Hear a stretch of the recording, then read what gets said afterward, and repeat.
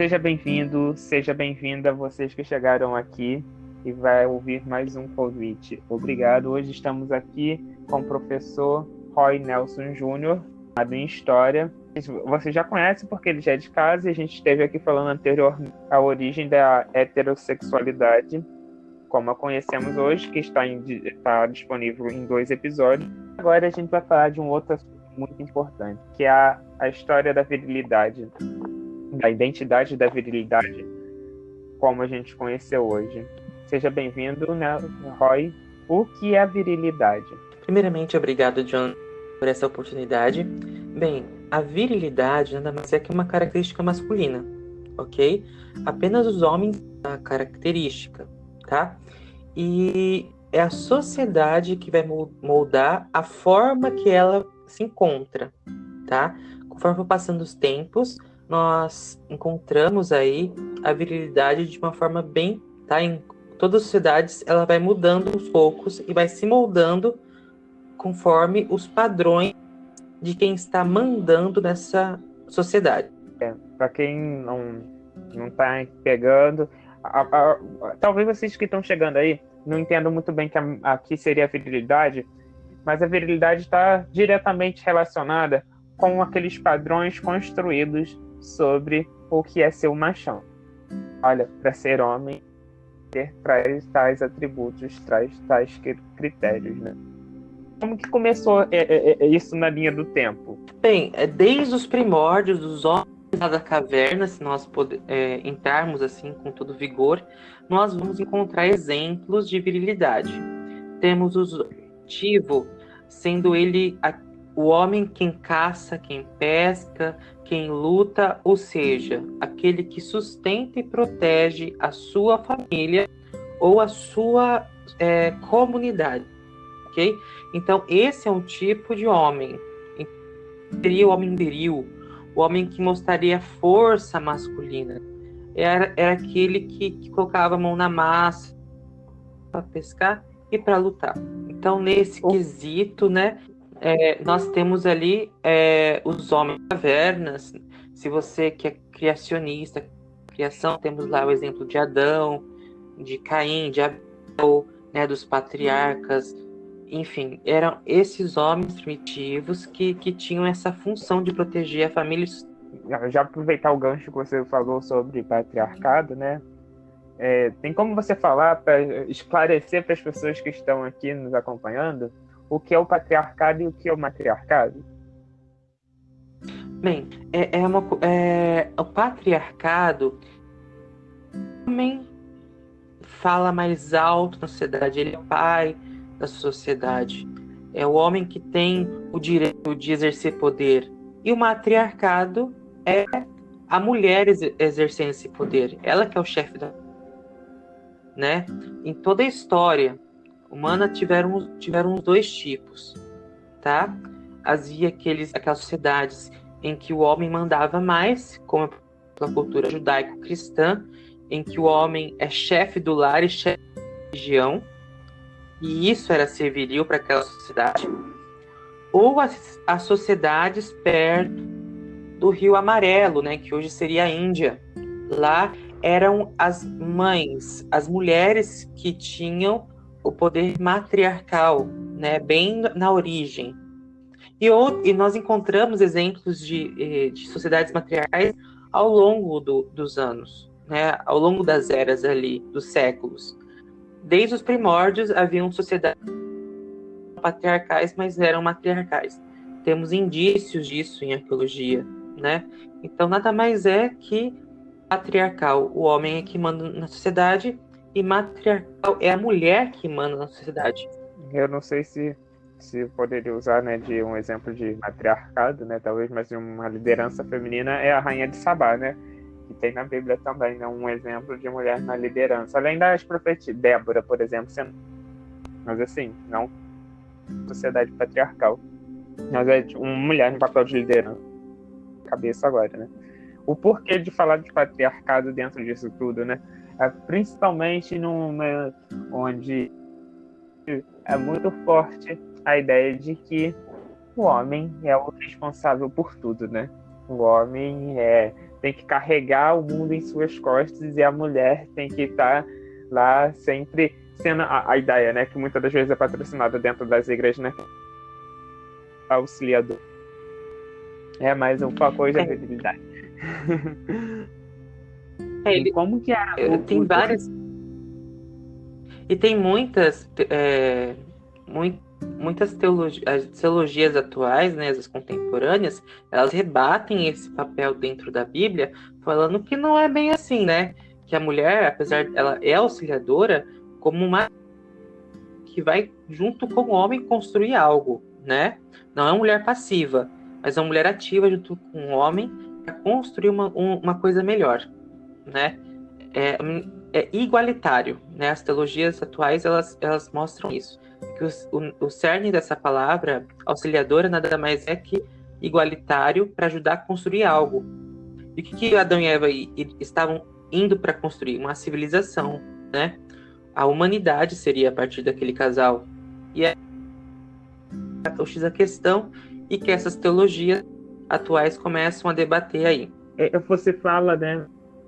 Para quem não está nos ouvindo agora, vocês também podem estar assistindo a transmissão que a gente fez no... Bem, nada mais eram que coisas que envolvia o físico, né? Porque tanto é que padrões de beleza para esses homens era quem tinha... Não seria aquele musculoso trincado que a gente tá cansado de ver em academia, assim por diante. Mas era aquele homem que tinha um físico meio rude em relação à aparência. Esses eram considerados homens também, né? Então você tinha ali um homem que não cuidava assim da sua higiene pessoal, porque para ele não passaria uma boa imagem se ele assim. Então eles eram cabeludos, eles eram peludos, né? E quando se tinham imitando, seguiam também esse passo, né? Mas em todas as sociedades antigas você percebe que o homem, real de homem, normalmente era aquele que tinha pelos, trabalhos físicos, né? Que sustentava a sua casa ou a sua comunidade. Realmente esse é o tipo central de todas as culturas. Aí elas vão modificando ao decorrer do tempo. E são atributos que ainda hoje são valorizados por pessoas na sociedade. Uma característica de você tem que ter pelo, você não pode se depilar, você não pode... Começa o checklist, né, da masculinidade. Exatamente. Carrega esse estereótipo até hoje. E o que acontece? Depois da cultura judaico-cristã, em que também, além de ser chefe do lar, ele é chefe da religião, que é uma sociedade patriarcal, né? A comunidade judaico-cristã está aí para comprovar que é uma religião, uma sociedade patriarcal, em que o homem é que manda. Você não vê, por exemplo, levitas, as mulheres comandarem alguma coisa dentro dos sacerdotes, sacerdotisas. Dentro da comunidade judaica, o máximo que aquela mulher é naquele período depois de Moisés é juízas ou profetisas, mas você não vê elas sendo sacerdotisas. Interessante da cultura judaica que você não vê elas como sacerdotisas, né?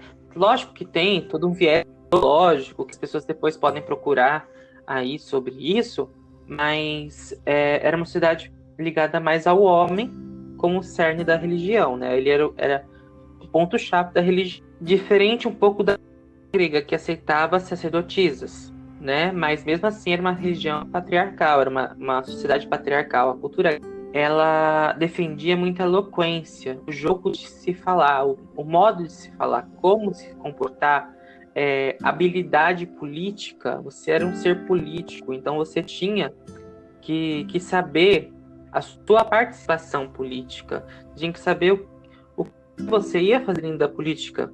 Então o ser humano para a cultura grega era um ser político, mas quem era considerado de verdade parte desse conjunto aí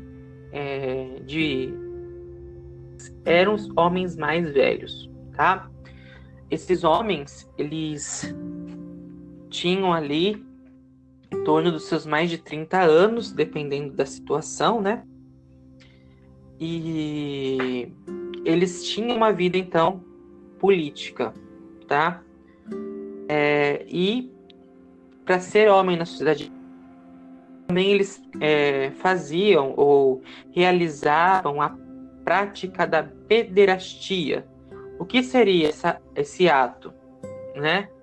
Era um homem mais considerado cidadão, que ele tinha experiências de vida, que orientava um jovem, né? Esse jovem é um adolescente, na maioria das vezes, tá? E para que isso ocorresse, muitas vezes ele tinha que ter o ato sexual com o mestre, tá? Este ato sexual era consentimento tanto do jovem como da própria família dele. Se você esse direito ao seu filho de ter ali um homem mais velho cuidando dele, você deveria ser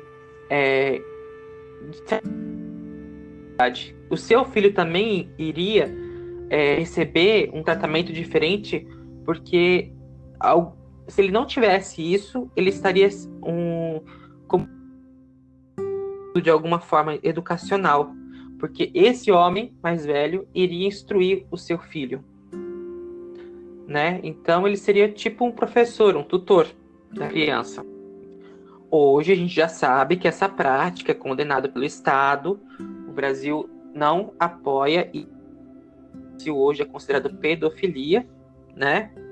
O órgão nacional de psicologia já vê isso como um desvio ali de... Eu esqueci agora como que se fala, é um desvio de luta, ou não? Eu não esqueci agora como que... Eu também, eu não me recordo certo, mas a OMS classifica como uma doença desde os anos 60. Então, aí você... considera que o crime, a pedofilia, pelo seguinte, o abuso tá violando sexualmente uma pessoa menor de 14 anos e o consumo e a distribuição. Acho que é muito importante a gente falar isso mesmo agora, pelo seguinte, para ninguém não entender que um hábito dentro daquele contexto, da cultura, da sociedade, dentro de uma época, isso não era visto como pedofilia, e isso também não pode ser usado para justificar a luta desses dias de hoje, porque isso é totalmente inaceitável. Considerar a ideia de estar abusando, ou mesmo que haja consentimento, assim, vão famílias, é um absurdo, sabe? Que a gente sabe que hoje em dia tem famílias que vão consentir que abusem sexualmente dos seus filhos quando não são os próprios familiares que estão abusando sexualmente dessas crianças, né? Mesmo que abuse sexual ainda hoje, é um absurdo. Coisa de sexo com vulnerável, qualquer que seja, tanto uma pessoa idosa, não, um abuso sexual é crime e pronto. O consentimento não é abuso sexual e é crime. Exatamente. E deve ser denunciado. Sim, e se você está se encontrando, se você está se encontrando de pedofilia, se você está sentindo, sei lá, se é atração sexual por criança, procura acompanhamento psicológico, psiquiátrico, porque tem que fazer um acompanhamento, para você não vir a dar vazão aos sentimentos, seus desejos, sei lá, classificar o pessoa assim, sentindo. Exatamente, e tem que lembrar também que o Estado provê também toda assistência, tanto para a vítima como para o acusado. Acontecidos. E tem uma coisa interessante nisso. As pessoas que tiram isso fora do contexto, o termo utilizado também ali é anacronismo. O que seria anacronismo? é você tirar do contexto. Por exemplo, vamos pegar esse exemplo aí. Você falar que hoje seria normal ter essa prática, porque os gregos tinham essa prática, né? Peraí, os gregos tinham essa prática, a nossa sociedade não tem essa prática, né? Isso tem que ser... Os gregos foram os gregos, os brasileiros são os brasileiros, né? E quando você utiliza disso, você está cometendo um outro crime, que é um crime histórico, né? Tirar uma coisa fora do seu contexto. Então você tem que combater, sim, essa prática, né? E você que está nos acompanhando aqui nesse momento, acho que para não fugir dele, se você conhece alguém que está sofrendo abuso, ou você que está nos acompanhando está sofrendo abuso, denuncie. Denuncie, não aceite essa violência, sabe? Porque saber que essa é um futuro abusado, falando agora, vai ter um errado para sempre devido a um abuso de alguém, sabe? Tirar talvez a qualquer dessa, isso é inaceitável, sabe? E se você que está acompanhando a gente é uma pessoa que possível, sei lá, não sei, talvez você tenha desejo, ou você está abusando de alguém, ou se interessa acompanhamento, isso, pelo amor, não destrua as vidas.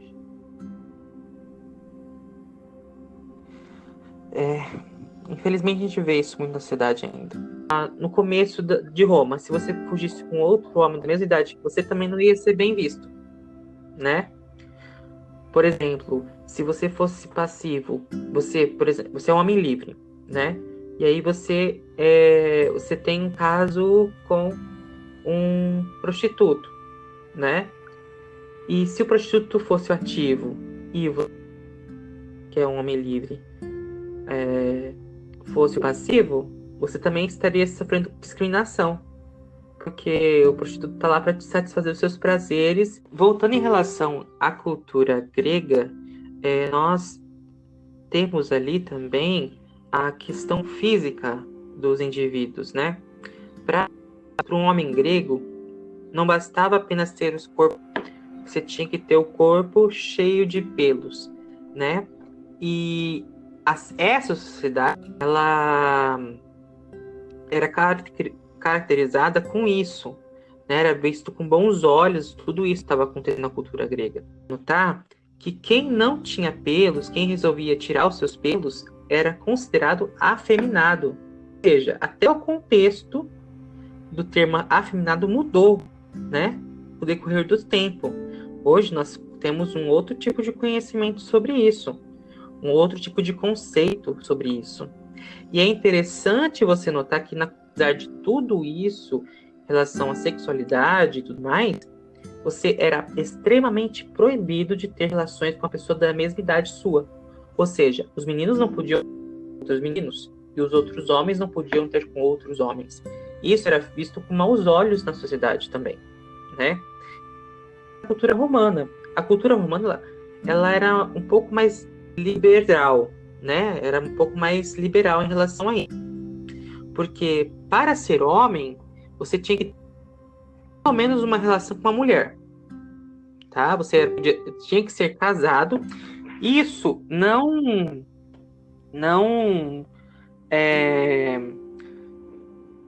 impedia você ter relações com outros homens, tá? Mas você não podia, de jeito nenhum, não ter uma relação com mulher. Pelo menos uma vez na vida tinha que ter tido uma relação com mulher. E essas relações, elas eram monogâmicas, tá? Com a mulher. Com relação à mulher, era uma mulher para a vida inteira, tá? O romano, para ser viril, ele deveria ter também a característica de ativo, né? Até na relação entre os homens, o romano tinha que ser o ativo. Mas havia algumas coisas, tá, que delimitavam esse ativo. Por exemplo, se você era um general e tinha um caso com... Naturalmente, você seria o quê? Um ativo, porque o seu grau de influência dentro do exército era maior, né? Ao mesmo tempo, um dono e o seu escravo. O seu escravo seria... e o dono seria o ativo, né? A pessoa mais nova com a pessoa mais velha, né? O jovem com o adulto. Então, eram outros quesitos e outros comportamentos também. E se você fugisse com o passivo porque ele é de uma categoria social inferior à sua. Tanto é que hoje tem um debate aí sobre sexualidade dos romanos, tanto dos gregos, que eles seriam bissexuais. Mas, igual já te falei outras vezes, ninguém tá vivo até hoje para saber. Não, né? Tinha que estar lá para perguntar, né? Que eu saiba, tá todo mundo morto. Né? Ninguém viveu até hoje para contar a história, né? E então é complicado saber se eles realmente eram bissexuais. Porque em muitos casos, né, ele às vezes poderia ser homossexual, mas tinha que casar com uma mulher e tinha que ficar casado com uma mulher. Então é complicado, né? A gente não sabe os indivíduos em si, como que era a relação deles. Enfim, passou-se tanto tempo, mas eu acredito sim que possa haver sexualidade no meio Mais disso uma tudo. vez a gente vê algo que vem sendo carregado para nossa ainda, né? De que a ideia de que o passivo da relação vai ser sempre inferior. Porque a gente ouve, né? Fulano tá fazendo papel de mulherzinha. Como se a mulher fosse algo um personagem fazia, né? Começa já aí o que não é. E outra, como se receber um pênis dentro de você, olha, fosse algo assim, sabe o que começa a caracterizar aí nesse ambiente aí algumas coisas de que sexo é um negócio ruim, porque para você ser passivo tem que ser inferior, porque quem merece coisa ruim tem que ser inferior a você, porque essa ideia social, você não merece isso, você é superior, né? Então assim, vem uma ideia de que ser ativo é algo superior, então há muito tempo, né? Porque a gente ainda vive isso hoje, né? De que passivo de uma relação é algo sujo, até que, porque ainda fala assim, quem é a mulher da relação, ou no caso, isso nos relacionamentos homoafetivos entre dois homens, e no caso de mulheres, quem é o homem da relação, né? A gente vê ainda essa ideia de valorização de um passivo e inferiorização de um passivo na relação, né? Exatamente. Eu vou utilizar que tanto sexólogos como psiquiatras, isso tem a ver, né, com prazeres. Cada um tem o seu prazer. Tem gente que se acha melhor sendo ativo, tem gente que acha melhor ser passivo, tem gente que gosta de fazer as duas partes. Tudo isso é um prazer individual. Não tem nada a ver com relação social nem nada. É uma coisa individual que cada indivíduo carrega. E eu gostaria de dar um puxão de orelha também, porque se você encontrar na Bíblia, no livro de Gênesis, diz que homem e mulher seriam uma só carne. Não vamos colocar toda relação sexual, a pessoa se torna uma só carne. É uma coisa né? Em que a pessoa se indivíduo. Olha que coisa mais linda. O momento que o pessoal começar a perceber que não tem nada a ver com coisa social, esses preconceitos preconceito é uma coisa tão ridícula, né? Em relação à sexualidade, ainda mais ainda. Mas as pessoas têm que aprender a interpretar muita coisa ainda. Já vou fazer minha primeira indicação do dia. Vocês que estão ouvindo esse podcast na plataforma onde você estiver procurando, a gente vai encontrar um podcast que eu quero indicar para vocês, que é o Sexo Sem Culpa, que ele vai trabalhar essa ideia de uma forma de sexualidade mais voltada para a vida sexual, de uma forma bem precisa sobre isso, né? A ideia de ser ativo, passivo, essas coisas assim. E lá vai ter um episódio para isso, porque existe gente na sociedade, nós estamos vivendo isso também, essa construção constante de que eu preciso saber o que está acontecendo dentro de 4 paredes ou o ambiente fazendo sexo, como se isso te importasse e fosse importante para tua vida, né? Mas, então, é isso que vocês precisam refletir sobre isso, quando vocês ficam querendo saber quem é ativo ou passivo da relação de alguém. Cada um, isso que é o certo. E sabe, falando sobre isso, né, é interessante você notar, por exemplo, os próprios românticos, assim, sabe, de querer se meter na vida dos outros, apesar de eles quererem ter aquele corpo bronzeado, torneado, que era símbolo da virilidade, esse é um caso muito curioso com Júlio César, né? Júlio César, quem não conhece a história, ele foi um grande guerreiro, um general famoso, né? Conseguiu vitórias, territórios, teve caso com a Cleópatra, filho com a Cleópatra, não, teve mais de um filho com a Cleópatra, nossa, enrolei agora a língua, com a Cleópatra, e, enfim, ele era, assim, o maioral do território. Só que aconteceu o seguinte, ele estava entre guerras ali, né, ele conheceu um outro militar, né, e acabou se tendo ali relações com esse militar. Aí começou as fofocas que César havia sido passivo da relação. E com isso, de uma frase icônica, né, que é nada mais que uma fofoca, que é Júlio César, ó mulheres e mulher de muitos homens, mais uma vez inferiorizando a situação do caso passivo, né? Você é a mulherzinha da situação, né? E isso é interessante você notar que também dentro dos né, chamados 12 Césares, Cláudio ele foi um dos poucos casos que a vida sexual é holofote, né? Foi um dos poucos que ele conseguiu ali focas da época, né? Ele não teve nenhum escândalo sexual, diferente dos outros, né? Como Nero, como Calígula, que tinha relações com a meia-irmã dele, teve relações com outros homens também, fazia um navio de orgia, né? Enfim, são outros exemplos. E Cláudio, apesar dele ser sanguinário, tudo um teor aí, ele não se envolveu com escândalos, né? Bem diferente aí dos outros. Aí, passando são os bárbaros, né? Os bárbaros, nós temos a imaginação já, um estereótipo por eles, né? Que são aqueles que têm cabelos compridos, são peludos, são os vikings, os celtas, né? E que não pertencem ao Império Romano.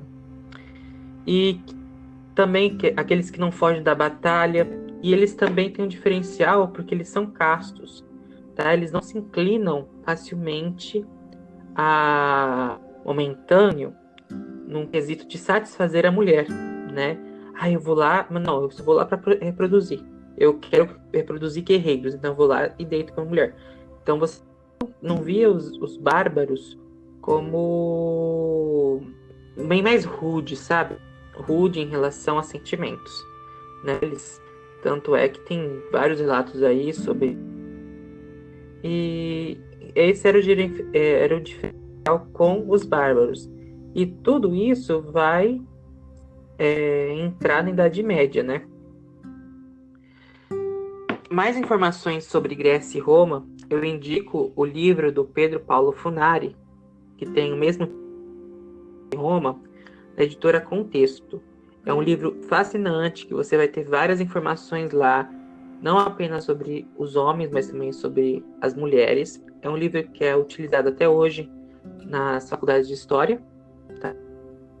Brasileiro sobre este assunto. Você encontra ali nas principais livrarias digitais, tá? Do país. Se qualquer coisa você não tiver na livraria, você pode comprar também em sebos, né? Tem também sebos virtuais que você pode encontrar também esse material. E é ótimo. Indo para a Idade Média, a gente percebe que ainda continua casto, tá? Essa castidade ela tem a ver com domínio próprio. É contra a luxúria, né? A luxúria nada mais é que não é você esbanjar dinheiro, né? Isso é pecado. Luxúria tem a ver com os desejos carnais, né? Então a castidade ela vem cobrir a luxúria. E na Idade Média também, o homem é guerreiro nato. Tanto é que tem a lei do rei Arthur, né? Nós temos os contos arturianos que contam ali de Arthur, né? Um grande guerreiro, seus escudeiros como Lancelot. Tem mais alguém aí que eu esqueci o nome. Mas, e em contrapartida, a mulher, né? A mulher é o desejo, né? A Guinevere, que aí Guinevere vai e trai Arthur como melhor amigo dele. Ou seja, a mulher é mostrada como alguém que vai, né? Ela é causadora dos pecados. Tem a bruxa do lago, que é a fada Vivian, né? Também, que é a meia-irmã de Arthur. Cada uma coisa ruim, né? Um estereótipo ruim. Porque a ideia da castidade, ela vem disso, né? A mulher é ruim. A mulher que trouxe o pecado. Então, vocês são castos. Até o ano 1000, os homens podiam casar sendo eles padres, sacerdotes. A partir do ano 1000, acontece uma lei, um concílio lá, que lógico que tem outras coisas por detrás disso, né? Mas a castidade vem para interromper a questão da sexualidade também. Então a mulher se torna o símbolo do pecado e ela só serve para procriar. Que afinal foi Eva, tu terás dores do parto. Então eles só tiraram esse versículo para justificar que a mulher era só para procriar. E que ela deveria ser submissa ao marido também. Eu acho que vou falar, né? Eu estou sempre, né, na posição de leigo quando eu estou aqui com meus convidados. E da mesma forma, em período exato aqui, alguém que também poderia estar com essa dúvida. Qual é o período em que aconteceu a Idade Média? Então, para tirar essa dúvida da Idade Média, nada mais é que, assim, a Idade Média, ela vai com a queda do Império Romano no Oriente, que é lá em Roma cai na mão dos bárbaros, no ano de 476 até o ano de 1453 de Constantinopla pelos turcos, né?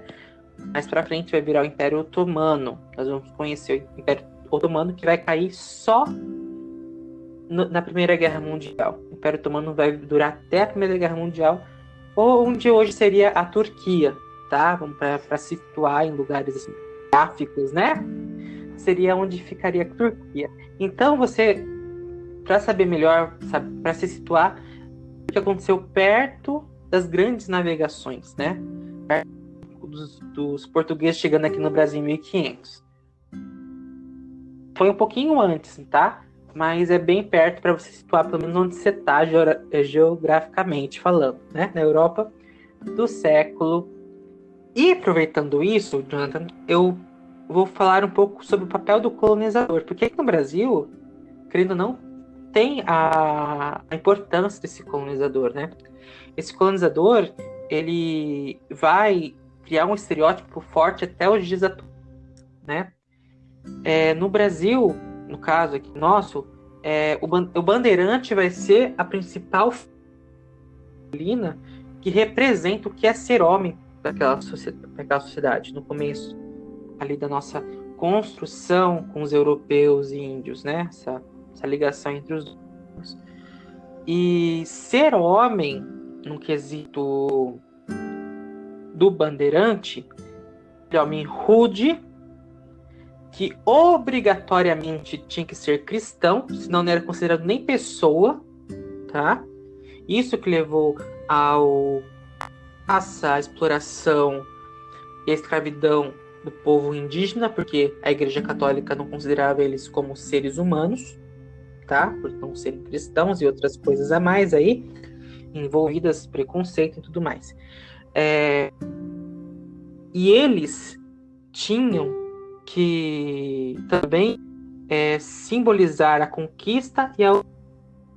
Ou seja, além de ter aparência rude, ter cabelo comprido, ter barba, usar aquelas roupas que eles usavam. Se você nunca viu falar de bandeirantes, pesquisa aí na sua internet, Raposo Tavares, por exemplo de bandeirantes aí, aparecendo para você. Não tem nada a ver com a televisão, apesar do canal televisão fazer homenagem a eles, né? Mas e com a demora de vinda de mulheres, porque nós temos que lembrar o seguinte: houve um processo para a vinda de mulheres. O Brasil foi lá encontrado, eu não vou falar que foi aqui, né? Foi encontrado pelos europeus. Realmente, eles acabaram encontrando novas terras, né? Encontraram uma terra aqui, que fugia ali da Europa, da África e da Ásia, onde eles já conheciam. Eles encontraram uma terra, né? Encontraram aqui uma nova terra com os pessoalzinhos, né? Eu fico imaginando os povos dos índios, né? Imaginando aquele povo com aquelas roupas tudo esquisitinhas. Jesus amado, coitado dos índios. Olha, se eu tivesse hoje lá, tivesse uma máquina do tempo e voltar eu só queria ver a cara dos índios olhando para aqueles homens tudo esquisito. E os homens europeus olhando para aquele povo com pouca roupa, né? Que deveria ser icônico olhar hoje, né? O encontro dos dois povos deveria ser muito não é cômico, né? Tem que ser uma coisa engraçada de olhar assim os dois povos hoje, aí eles olhar pra gente e achar extraterrestre. Seguinte, Oi. Assim, independente de ter mais vegetação ou não, aqui o clima daqui ia favorecer ser muito quente. A vegetação, por proporcionar umidade, também, né? E tô imaginando essas pessoas lotadas de roupa nesse calorzão daqui no Brasil. Não sei, sim, sabe? Pelo menos pra gente parar para observar assim rapidamente. Aberta, né? Esse encontrar o Brasil foi por volta. Já que no Brasil já é quente em abril, né? Ainda é quente, né? Já é quente, ainda é quente. Aqui não tá nem fazendo de frio direito, quando vai leva de dias, depois volta a virar o calor que tá. Situar sobre essa... Lembrando que você tinha 1500 aqui, quando os portugueses chegaram, né? Eles começaram, então, a conhecer um pouco mais essa terra que eles não conheciam. E aí demora ali, por volta do ano de 1530, os portugueses percebem que estava sendo descoberto ouro pelos espanhóis e tem interesse de vir para cá, para o Brasil, né? E aí surgem, então, os primeiros colonizadores, né? Só que houve a demora de vinda de mulheres para cá, tá? E os homens, né? Queriam ter relações sexuais, queriam ter ali os seus atrativos, né? E ser homem era significado que você tinha também que se casar. Mas como não tinha mulheres aqui que não fossem índias, e demorou até o final do século XVI a vinda de índias a vinda de mulheres para o Brasil, né? E com essa demora, eles tinham duas opções: ou as mulheres chegarem, né? Continuavam típica do final da Idade Média para a Idade Moderna, ou, né? Eles casavam com as índias e tinham um outro, né? Junto com as índias, um outro. Ou eles matavam os seus desejos carnais entre eles, entre as relações homoafetivas ali. Interessante que isso até pouco tempo eu não sabia, que no processo de colonização das Américas, esse ato homoafetivo foi feito no Brasil. Eu não sabia disso. Fiquei sabendo há pouco tempo atrás. E interessante que o ato sexual com os nativos era considerado pela igreja ato de luxúria, tá? E era reprovado. O índio não é considerado gente, tá? Porque ele não é cristão, porque ele não tem a cultura europeia. E as afetivas, elas dariam pena, já é julgada como uma questão muito grave, né? Então tem vários relatos aí sobre isso. E eu dou outra dica também: a série Jamestown. Quem tem a Amazon Prime, você encontra a primeira e segunda temporada lá. Tem até a terceira temporada que eu já vi, tá? Mas na Amazon você só encontra a primeira. E nessa série eles vão trabalhar um pouco mais sobre essa homoafetividade dentro da comunidade colona, né, de colonizadores aqui no Brasil. E aí, falando da modernidade, da era moderna, né, que vai mudar todo o processo de pensamento de como que se deve se comportar, né, surgem as tendências.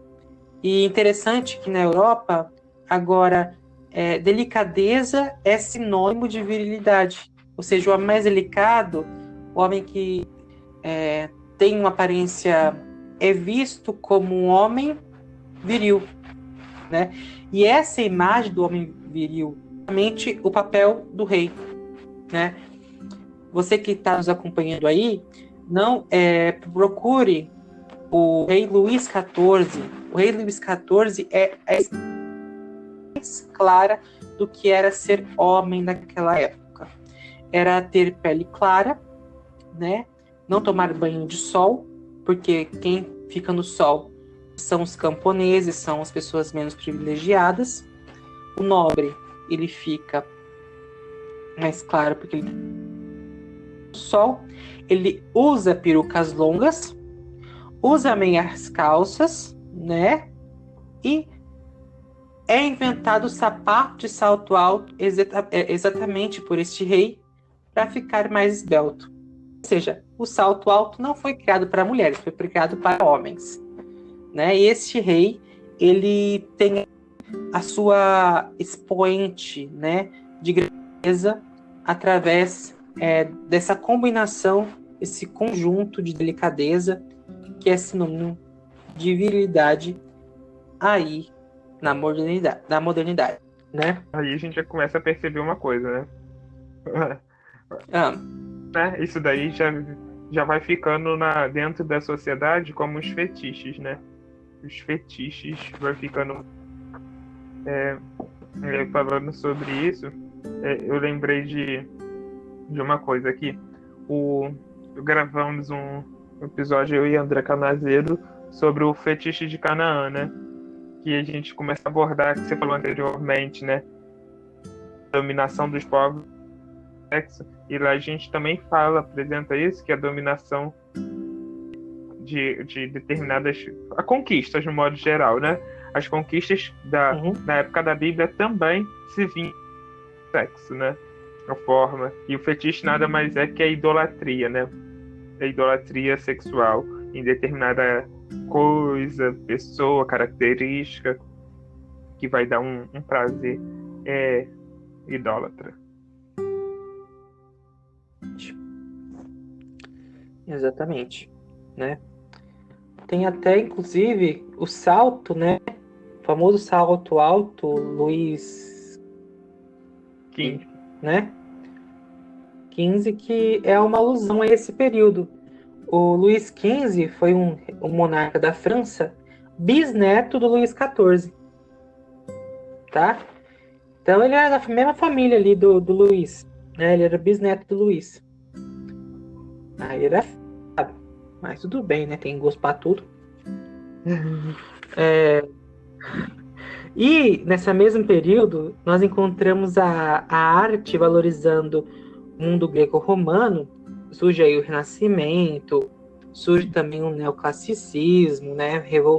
Tomando as promoções do homem ser parecido com o homem, só que sem pelo, sem nada, apenas parecendo ali o homem com o corpo todo trabalhado, por questões da própria identidade daquela época, tá?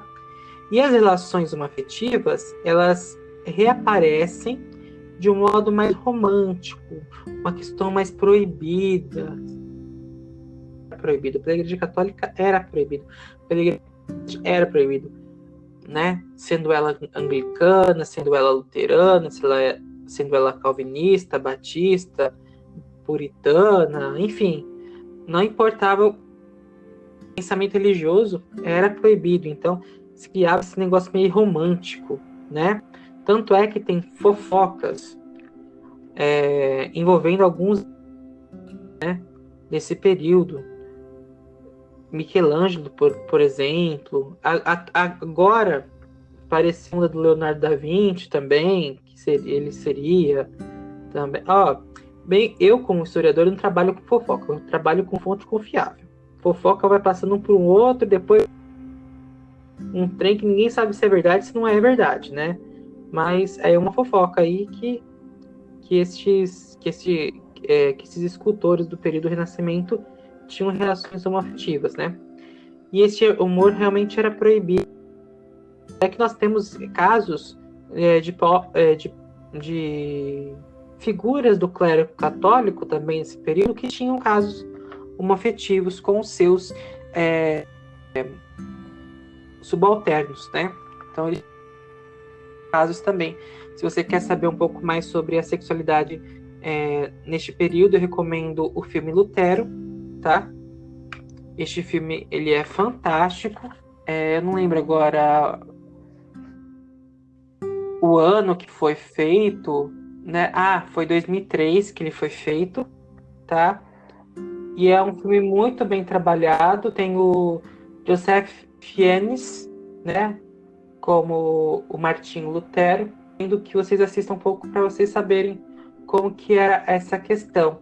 Outras duas obras que eu recomendo também, que vão trabalhar bastante sexualidade, tanto masculino como feminino, são os Tudors, tá? Que inclusive é o nosso Superman, o Henrique, e os Borgias também, que trabalha sobre isso, né? Sobre sexualidade também nesse período.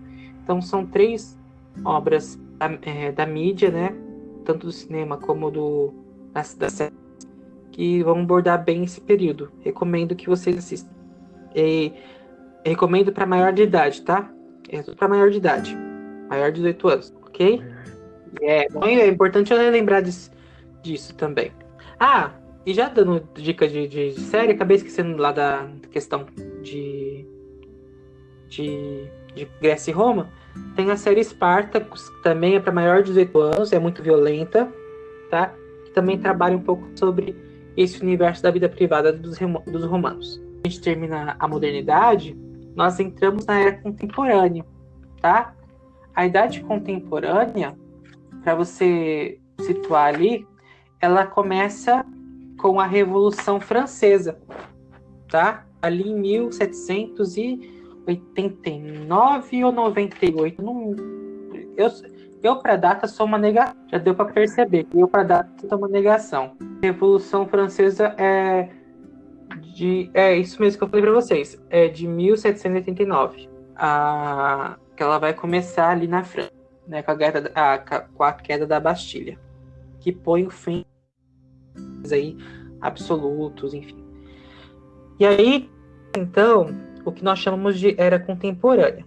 nós podemos dividir essa era em duas partes, o século XIX e é três partes, século XIX, o século XX e o século XXI, ok? Não foi mudado a nomenclatura para ela também, tá? Está sendo estudada criar mais uma era, né?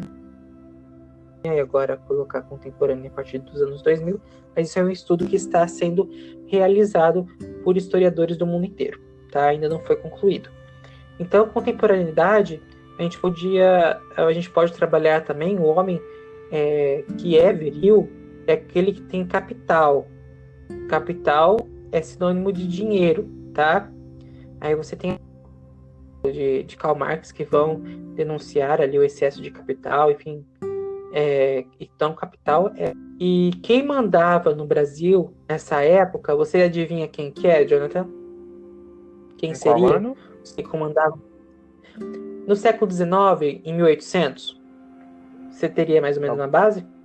1800 é Dom... Não. Não era mais? Não era mais? Monarquia? Império? Nosso Brasil era império. Até 1889. Não, 88 é a lei áurea, né? Aquela lei mal feita do caramba. Não faço ideia, cara. Eu sou uma negação para a história do Brasil. Eu sou literalmente um aprendiz ainda. Quem que estava fazendo? Vou ajudar você. Quem que comandava a fazenda? Eram os senhores de terra. Eram os fazendeiros. Mas como que chamava? Tinha um título para isso. Coronel. Não, o coronel vai surgir bem depois. Tá. Eram os barões, né? Ah. Então você tinha o barão. Lembra da escravizal. Deixa eu fazer os um adendo barões, aqui. Né? Isso daqui, gente, está denunciando o quão eu só sei história de adventismo. Porque se vocês me perguntarem coisas do adventismo período, eu preciso saber de história do Brasil. Olha, gente,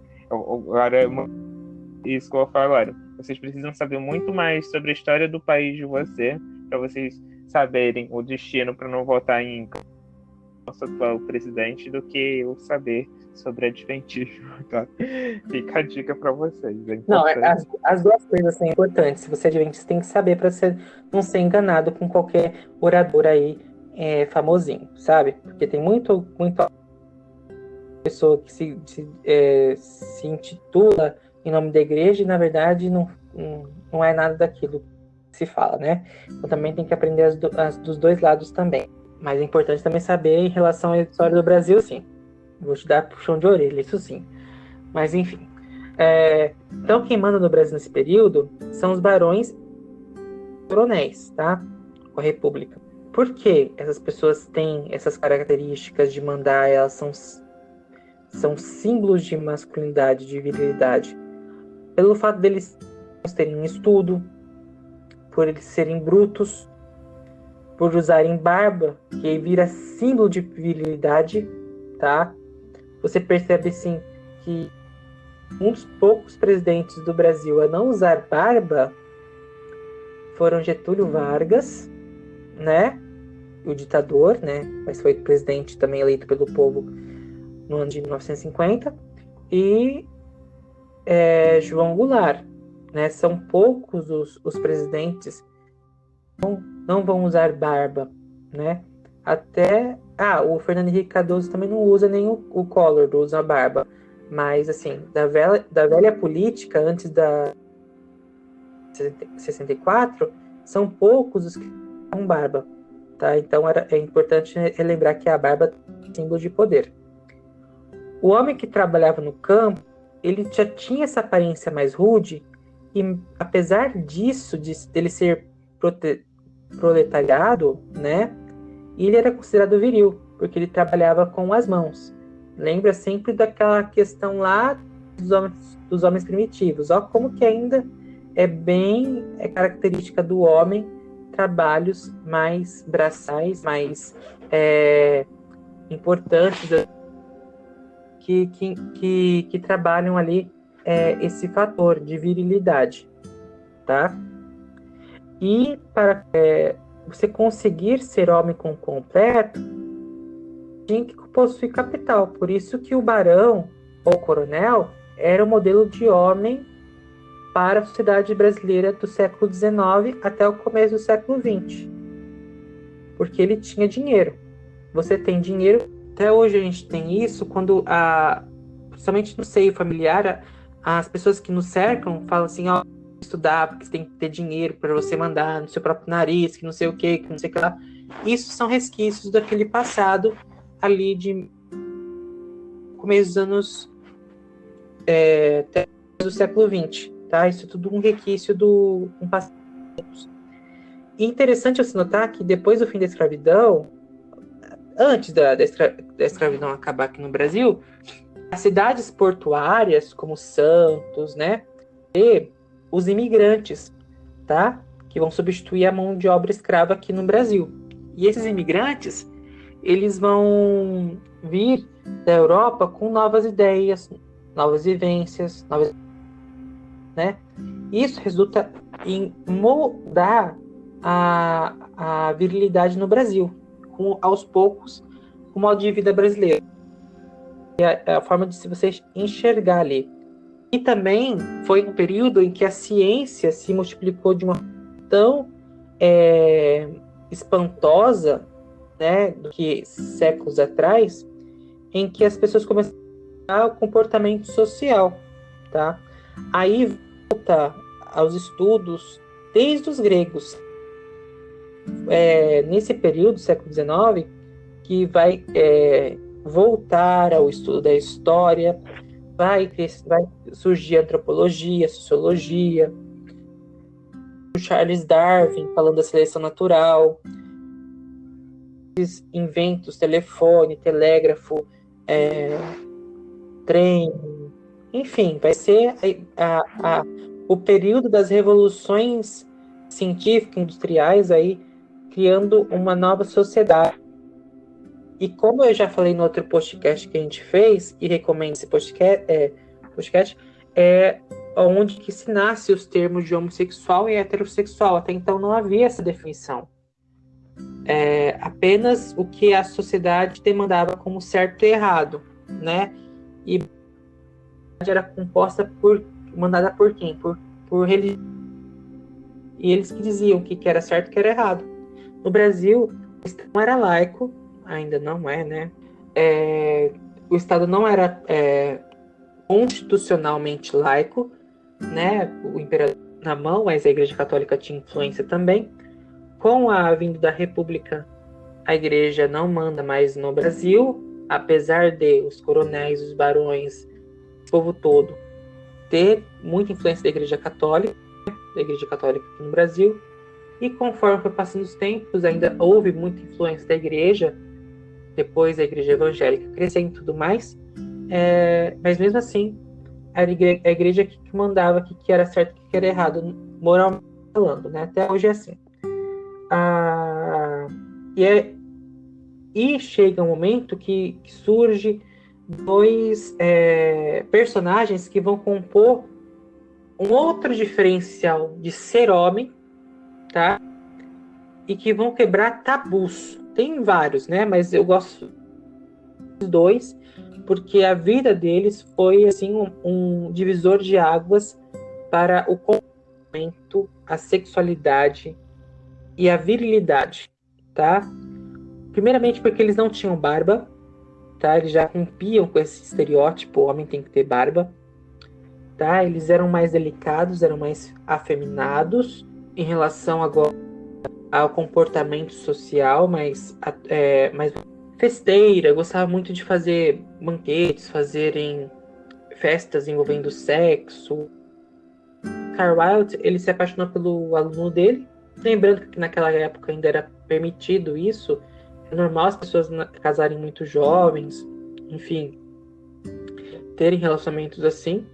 Hoje, pela é contra, nossa Constituição prevê isso como crime, mas eram relações que na época eram aceitas também. E Oscar Wilde ia ser preso por ser considerado pederasta, né, tudo mais, e vai sofrer ali, o Oscar Wilde, eu tanto como pessoa como também escritor. O livro dele, O Diário de Dorian Gray, é fantástico, explica perfeitamente o período que ele estava inserido, né? Principalmente a questão sexual, da sexualidade. Que eu tenho aqui, que eu recomendo vocês lerem também, Rouxinol, muito lindo dele, também possam ler. E é assim que nós terminamos o século XIX e o começo do século XX, tá? Então esse é o tipo de comportamento que se tem na sociedade brasileira nesse período. E no mundo também, mudando ali, então, o que seria homem, né? Começando a ter mudanças, né? Mês das mudanças. Na época, no século XX, aconteceu muitas coisas, né? Como foi a Guerra Fria, isso ia mudar, iam trazer muitas consequências, né? E mudanças sociais, políticas e econômicas no mundo. Isso é fato. Mas o que mais nos chama a atenção é que os Estados Unidos ganham a Segunda Grande Guerra, ele começa a ter um poder econômico muito mais forte do que ele tinha, tá? E essa influência vai chegar a nós aqui, o modo de vida americano vai ser apresentado para o brasileiro. Então, é o seguinte, a Europa está destruída, o Brasil se espelhava na Europa até o começo do século XX.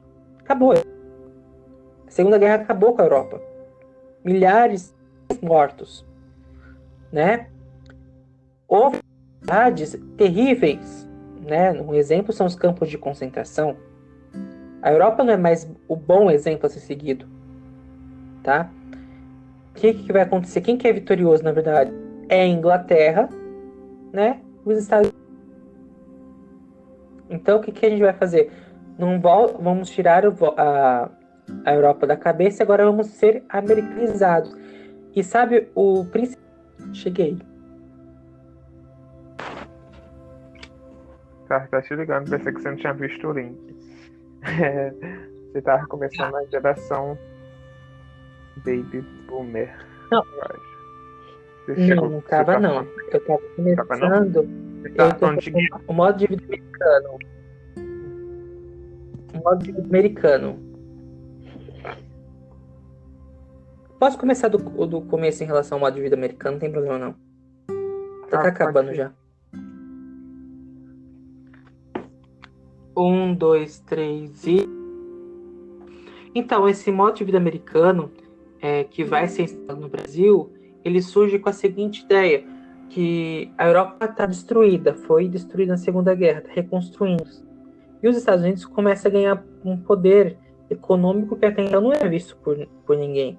Ele começa a crescer, ele começa a se expandir, né? E o modo de vida americano, então ele é apresentado para o mundo inteiro e para o Brasil também, tá? O Brasil vai tirar os seus olhos da Europa e vai voltar para os Estados Unidos, né? Tem um papel crucial a sétima arte. Hollywood vai surgir para apresentar ao mundo as perfeições do modelo americano. Hoje é assim, né? Os Estados Unidos cresceu e com a globalização, esse poder ideológico americano cresce e desenvolve. Então, para você ser homem, agora você está se espelhando no modelo americano. Quer ver um exemplo? Por exemplo, os bolsonaristas, né? Aqueles que são adeptos a Bolsonaro. Eles se olham no presidente, certo? E quem que o presidente apoia?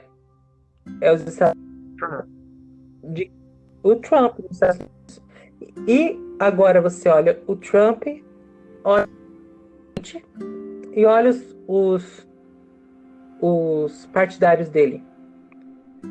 É uma cópia do outro. É o que é ser homem segundo o que eles acreditam, né? E aí é um exemplo do poder norte-americano dentro da comunidade ainda presente. né? Os filmes, eles vão moldar uma realidade e uma nova sociedade pós-guerra. É uma coisa, assim, fantástica. Nossa, os Estados Unidos guerreou, ganhou, mas eles são rigorosos, então vem uns filmes, assim, muito, muito elaborados de uma nova geração surgindo, né? E os homens que lutaram ao lado dos aliados, que é Estados Unidos, Brasil, Inglaterra, enfim, esses países todos, eles são considerados como heróis. Até hoje, tem desfiles de heróis de guerra norte-americanos, né? Então, tem essa coisa nacional americana, de guerra, os caras que deram a vida pelos Estados Unidos. Até fizeram aquele filme Pearl Harbor, né? Foi um massacre, mas os Estados Unidos se levantaram do nada. Eu gosto muito hollywoodiano, eles veem o romantismo em tudo. E aí o que acontece? Tem o romantismo e tem o nacionalismo, né? A nação americana é melhor, porque ela derrotou os japoneses, mandando 2 bombas mundiais lá. Nucleares, perdão. 2 bombas nucleares. Os Estados Unidos é bom porque tem um cara que vai lá, que se torna um grande ganhador de Oscar, indicações de Oscar, que ele foi lá sem nenhuma arma. Olha como que nós temos fé. Olha o Deus da que sabe? É esse modelo de identidade da Segunda Guerra que vai fortalecer o poder norte-americano, né? É um outro quesito que muitas pessoas não sabem, e eu gosto de também citar nessa época, que é esse fundamentalismo religioso, ele vai se tornar possível, tá? No século XX. Tá? Os estudiosos de religiões podem falar mais com precisão sobre isso, esse fenômeno, né, religioso. O início do século XX, ele vai moldar a religião, como a religião vai atuar. Deixa eu se notar que a religião ela não colhe o fruto aqui e agora. Ela vai demorar vários anos para poder criar os frutos, né? Então, um trabalho que se começa, exemplo, há 10 anos, você colhe daqui 5, 6, 7, mas a questão do fundamentalismo religioso é você criar aos poucos isso, né? E aí quando surge uma vez, quando se engloba, aí vira um queijo, né? É difícil se esquivar, né? E eu gosto também de falar que antes do fundamentalismo, as religiões que surgem no século XX, elas têm esse fundamentalismo religioso entrelaçado já geneticamente nelas. Já veio assim, já surgiu assim. As igrejas anteriores, né, nós temos o seguinte, temos a igreja católica, né, até Lutero, quando Lutero vai ter a igreja católica, vai ter a igreja ortodoxa grega, vai ter a igreja ortodoxa russa, são divisões da igreja católica em si, né, mas aí a igreja tem outro etapa com Lutero, né, Lutero vai formar as igrejas protestantes, né, que vão surgir a partir daí. Aí nós até protestantes, igreja luterana, calvinista, né, que depois a presbiteriana, que vai se utilizar muito dos ensinamentos de Calvino. Temos os batistas e temos os metodistas não, os puritanos, tá? A partir do movimento metodista até o final do século XIX, nós temos as igrejas restauracionistas, que se restauram na questão do livro de Atos, a igreja primitiva, aí surge a igreja adventista, trazendo a tona no sábado do povo dos primeiros cristãos. Então aí é bom lembrar que nós, como adventistas, nós restauramos o que foi perdido, o que foi esquecido, tá? Não somos fundamentalistas. Não somos. Isso é coisa que é invenção do homem, não é invenção de Deus.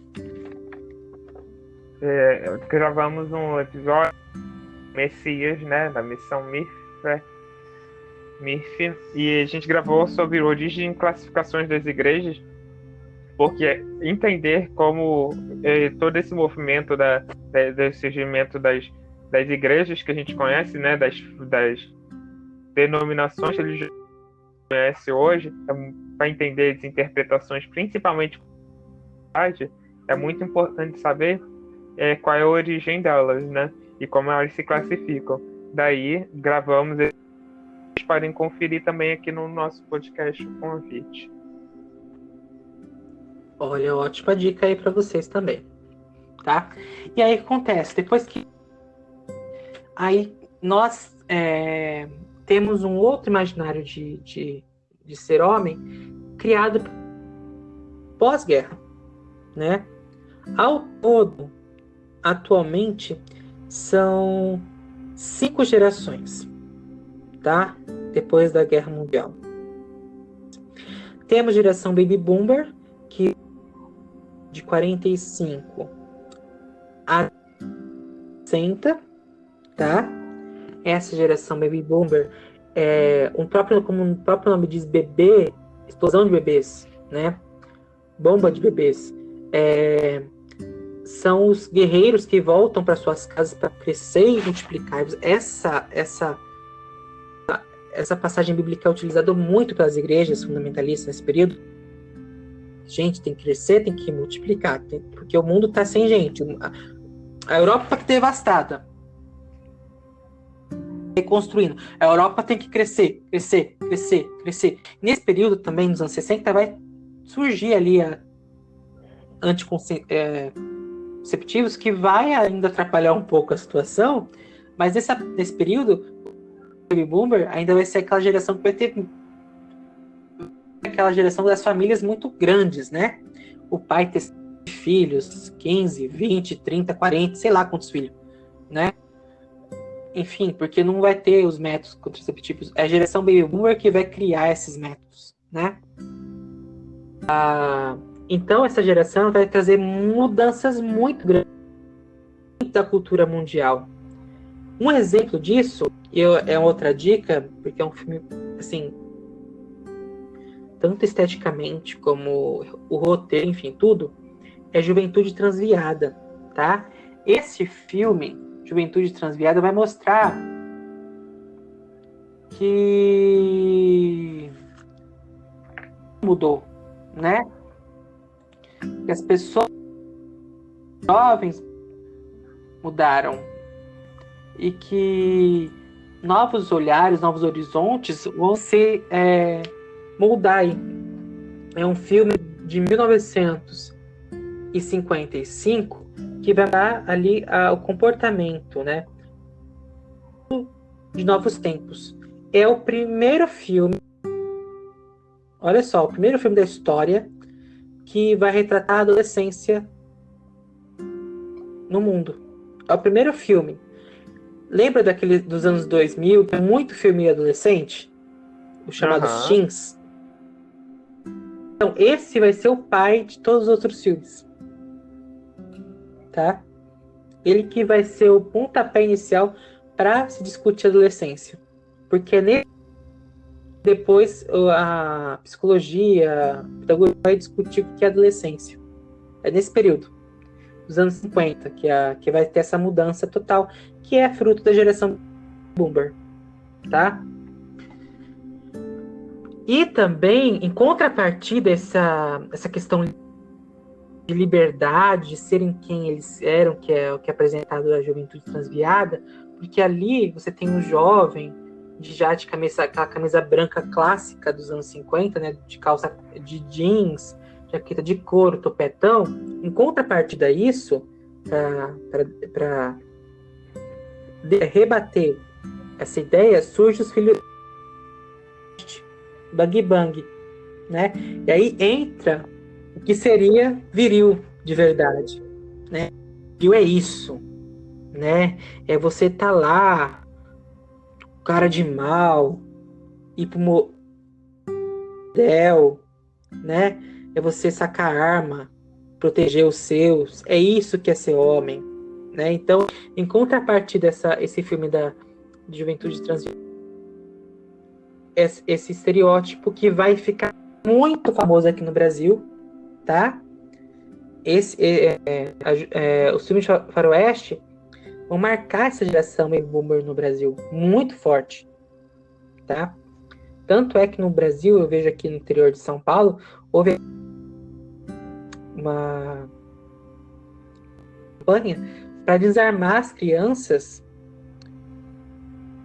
porque aquilo que de faroeste não era certo, né?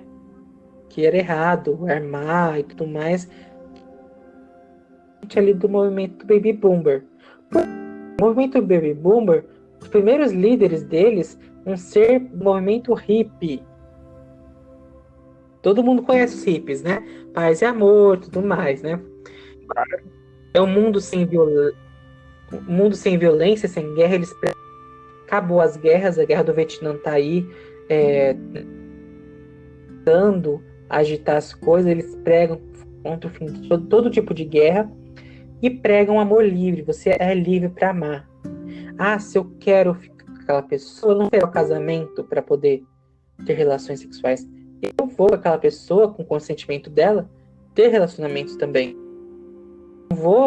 Eu posso ficar com esse não posso estar com outro, né? Aí aumenta o número de divórcios, a geração que está procurando esse amor livre, e aumenta o número de divórcios, tem filhos que acabam não tendo o nome do pai, ou são abandonados pela mãe, os avós criam, né? Então, é uma coisa que existiu, para falar a verdade. Não vamos ser hipócritas, sempre existiu isso. Ela era escancarada, dizer que todo mundo é livre para amar do jeito que quer amar.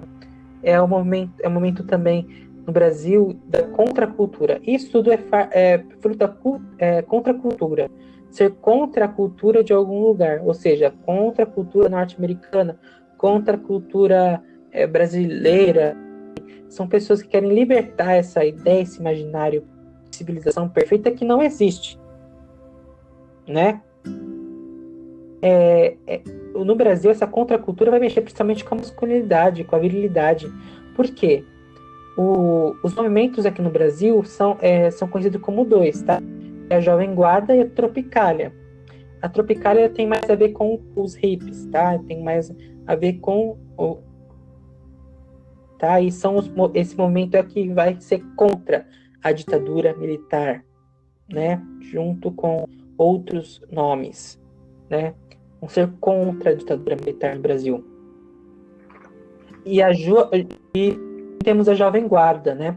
A Jovem Guarda, ela tem vários que mostram essa questão cultural sendo explorada, sabe? Essa questão diversidade aí sendo mesclada a situações. É a época da mini saia, que a mulher agora pode usar uma saia mais curta, que vai um pouco acima do joelho. Época do cabelão masculino, os homens voltam a ter aqueles cabelos grandes, né? É a época do homem ser visto como um prendão que pega não sei quantas mil mulheres. É aquela época que o homem pode ser mais romântico, cantando aquela música da Hoje eu acordei com saudade de você, beijei aquela foto amarela, tadadá. Essas músicas melosas. O homem pode ser romântico, mas não ao ponto de ser tapado por uma mulher, ser chacota, ser utilizado por uma mulher, mas ele pode ser romântico também, né? Então tudo isso vai moldando a essa geração baby boomers. E também vai os shows de drag queens no Brasil. Essa geração vai popularizar os shows de homens que se transvestem de mulheres para shows, né? E aí é muito importante a gente parar para pensar que uma coisa drag queen que se veste para aquele momento, aquela ação momentânea. Outra coisa é travesti e outra coisa é transexual. Isso é bom deixar bem frisado que uma é diferente do outro. Acho que você falar um pouco sobre isso, rapidinho, antes de você continuar, que ser drag queen é um personagem artístico, é um ato, e é diferente da pessoa se vestir para um carnaval como se fosse uma fantasia, onde você que você vai vestir naquele período ali, onde vai passar, sabe? E depois vai ser ato para chacota, sabe?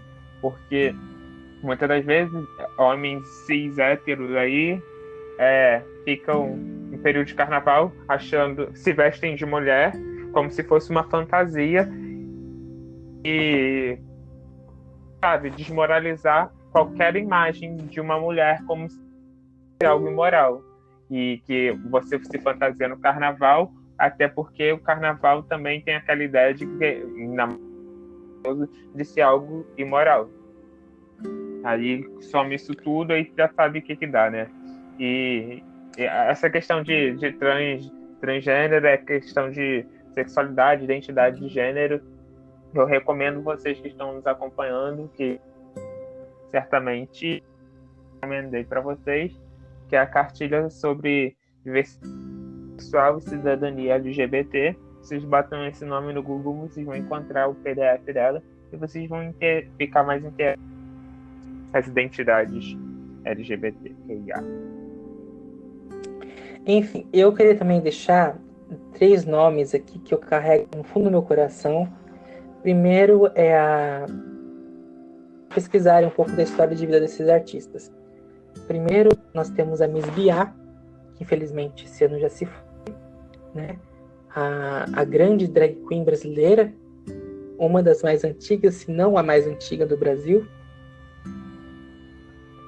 Para quem gosta do tema, é muito interessante estudar um pouco sobre a vida dela.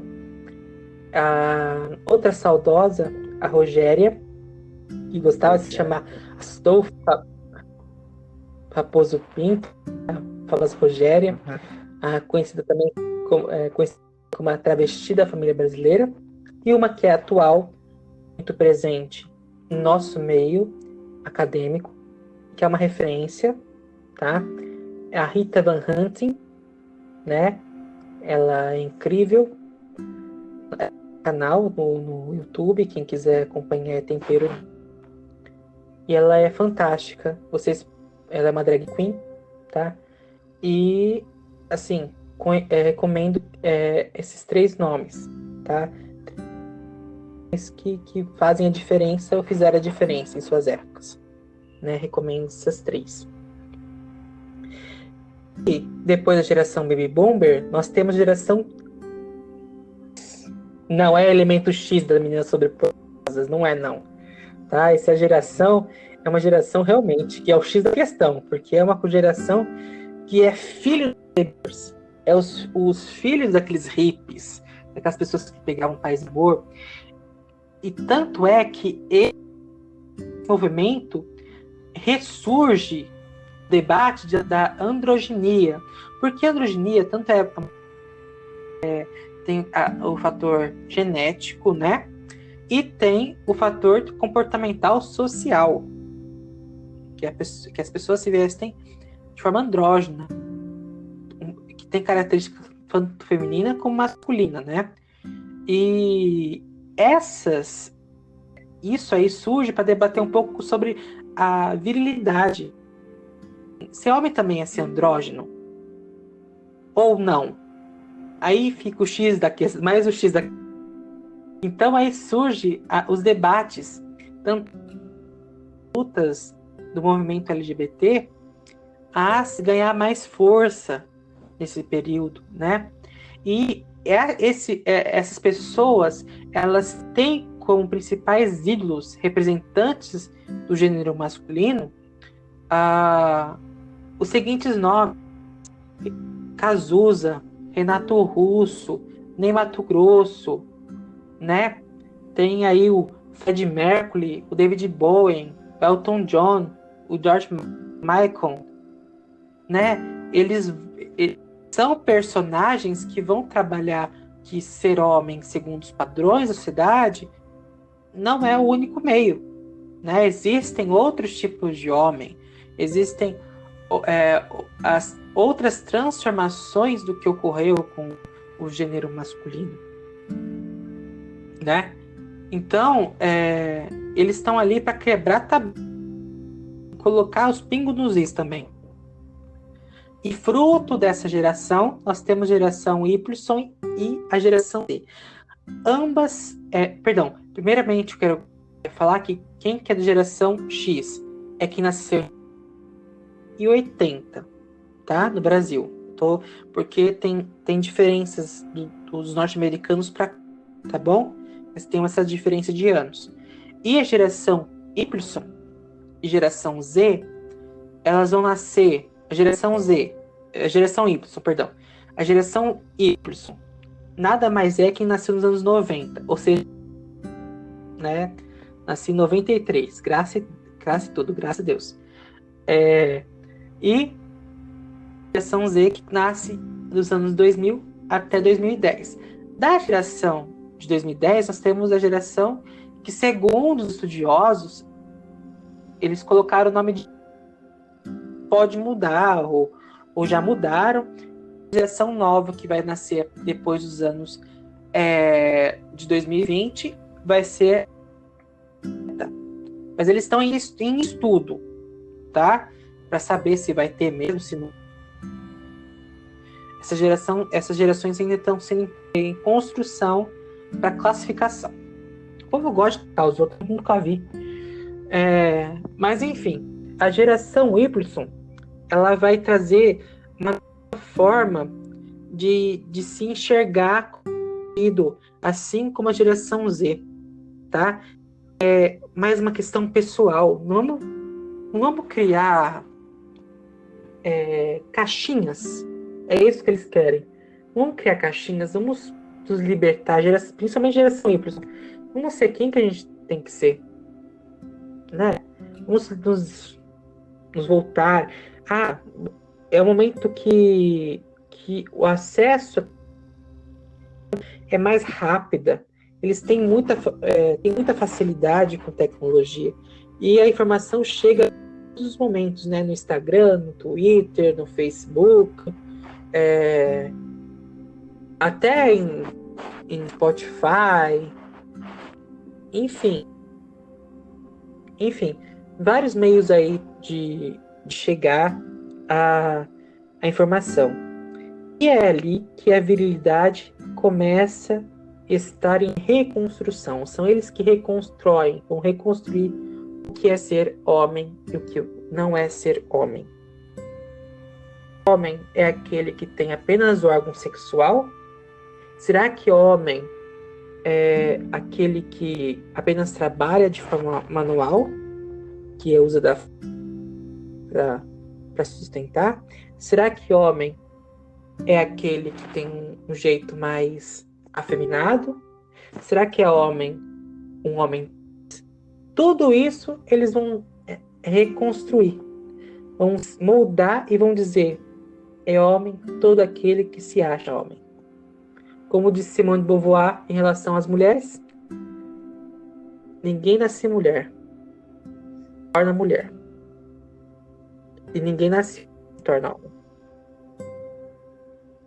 Então, é isso que eu tenho para falar hoje. Eu acho que essa reflexão é para a gente repetir dentro da nossa sociedade, por exemplo.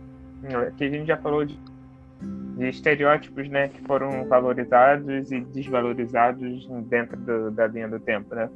Já teve um momento que pelo era ato de virilidade, homem sem pelo, que era virilidade.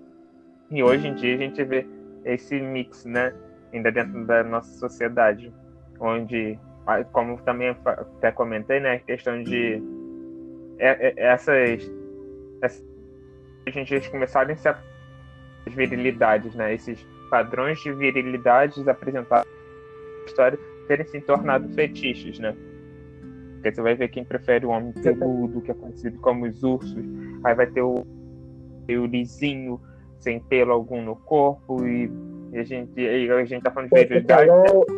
Virilidade é um aspecto. Outro que é lontra, Oi? outro que é Barbie, um que é lontra, outro que é Barbie. Enfim, vai ter várias nomenclaturas aí. Sim. Virilidade, né, como você iniciou o podcast hoje, algo inerente aos homens, né? E isso é muito forte, né? Eu tô lembrando, né, que eu também, quem não assistiu a live tá lá no perfil Gay Adventista, você pode ir lá conferir. Quando eu era criança, né, meu tio não tinha pelo no sovaco, e na verdade numa época onde todos os homens tinham pelo no sovaco, né? E aí foi falar, não, por conta do trabalho, puxa o pelo na roupa e tem movimento e blá blá. E onde eu acho que a gente está no momento, né? A gente está vivendo um momento onde as masculinidades são muito fracas. Tudo é muito. É uma fragilidade onde você precisa se reafirmar tanto que acaba se tornando um peso. Porque eu lembro quando eu era criança também ouvia, mas fulano não tem pelo porque porque não pode ter pelo.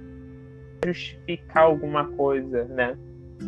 Tenta sempre tem mudança de masculinidade, né? No decorrer do tempo. Infelizmente, nós vimos o mundo das caixinhas. Voltou a ser essa geração nova, ela vai precisar de se afirmar em algum lugar. Então tem as caixinhas. Sabe que uma coisa que eu quero dizer pro pessoal jovem, não fica nas caixinhas, não. O mundo é bem maior que a sua caixinha. Isso eu tenho certeza. Seja quem você nasceu para ser. Não se esconda. Não se envergonhe do jeito que você é. Seja quem você é. A gente vive num mundo que precisa de likes. Mas ninguém... Olha, vivemos mais de 2000 anos sem precisar de like nenhum. E olha como a nossa geração, o mundo, ninguém precisou de like nenhum, né? E a geração nossa parece que precisa desse incentivo. Não precisa, não. Seja você mesmo que tá tudo certo. Exatamente. Muito obrigado, Roy, por ter aceitado esse convite de estar aqui e conversando mais uma vez sobre esse tema das masculinidades, né? A história, né? A identidade masculina, né? A identidade da virilidade. Muito obrigado. Novamente eu recomendo quem não assistiu a live, porque lá a gente também abordou uns outros aspectos, mostramos imagens de algumas pessoas da história, bastante para abrir a nossa mente. Sabe por quê, gente? O diálogo começa assim, a partir de uma dúvida, a partir de alguma coisa que a gente nota. Hoje eu quero deixar o meu conselho do dia para vocês é o seguinte: sabe por quê? Pedro vai trazer novas ideias para vocês. E não tenha medo de falar com as crianças sobre masculinidade, se ela perguntar. Porque muitas das vezes a gente vive o fantasma, né? Mas não pode falar tal assunto com criança. De fato, eu acredito que tem tempo para tudo, né? Para lidar com criança. Mas quando a criança perguntar, tenta encontrar a melhor maneira de começar a apresentar esses temas para ela, para elas não passarem de nós já passamos, de entender e não se enquadrar dentro de uma identidade da gente, né? De um padrão que a gente tem que aceitar e ser aquilo, porque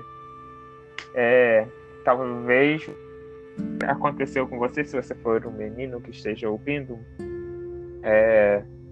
foi não pode sentar com a perna cruzada, não pode falar com a mão assim, não pode fazer tal coisa. Tudo isso baseado em um padrão, em um ideal de masculinidade que não faz sentido algum. Diferente, somos diversos. Agora, se eu ouvindo isso, você acha que Deus criou todo mundo para ser igual? Imagina que, sabe, para 2, no relato da criação, sabe? Vai lá ver tanta diversidade que ele criou. Você acha que ele criou a gente para estar dentro de um padrão onde todo mundo tem que sentar de tal forma, ou tem que vestir de tal forma, ou tem que pronunciar porque você não pode. Que a gente nem falou, né? Do tom de voz, né? Pode falar com uma voz tão fina, sabe? O quanto os meninos são julgados porque tem a questão de você não pode ser afeminado, né? É um perigo, é um perigo. Então, meu convite para você que está ouvindo é começar a repensar isso e não fazer que a geração que tá, as criancinhas, nossos meninos, adolescentes de hoje, sofram tudo que a gente já sofreu, padrão de um ideal que não tem sentido algum, né? Ficar impondo. Eu beijo para vocês. Muito obrigado vocês que ouviram a gente até aqui. Até o próximo episódio. Tchau.